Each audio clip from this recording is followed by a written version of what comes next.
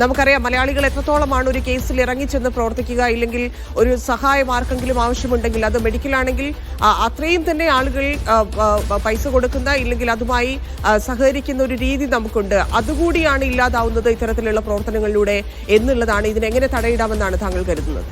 തീർച്ചയായും നമ്മളൊക്കെ ഇത് കുറെ കാലങ്ങൾക്ക് മുമ്പ് തന്നെ സർക്കാർ സംവിധാനങ്ങൾ ഇതിനൊരു മോണിറ്ററിംഗ് സംവിധാനം ചെയ്യണമെന്നും ഇത് പരിശോധിക്കണമെന്നും ഉത്തരവാദിത്തപ്പെട്ട ആളുകൾ ഇതിന്റെ രക്ഷാധികാരികളായിട്ടാണല്ലോ ചില ഫണ്ട് പിരിവിനൊക്കെ ചില ആളുകളൊക്കെ സംഘടിപ്പിക്കുന്നത്.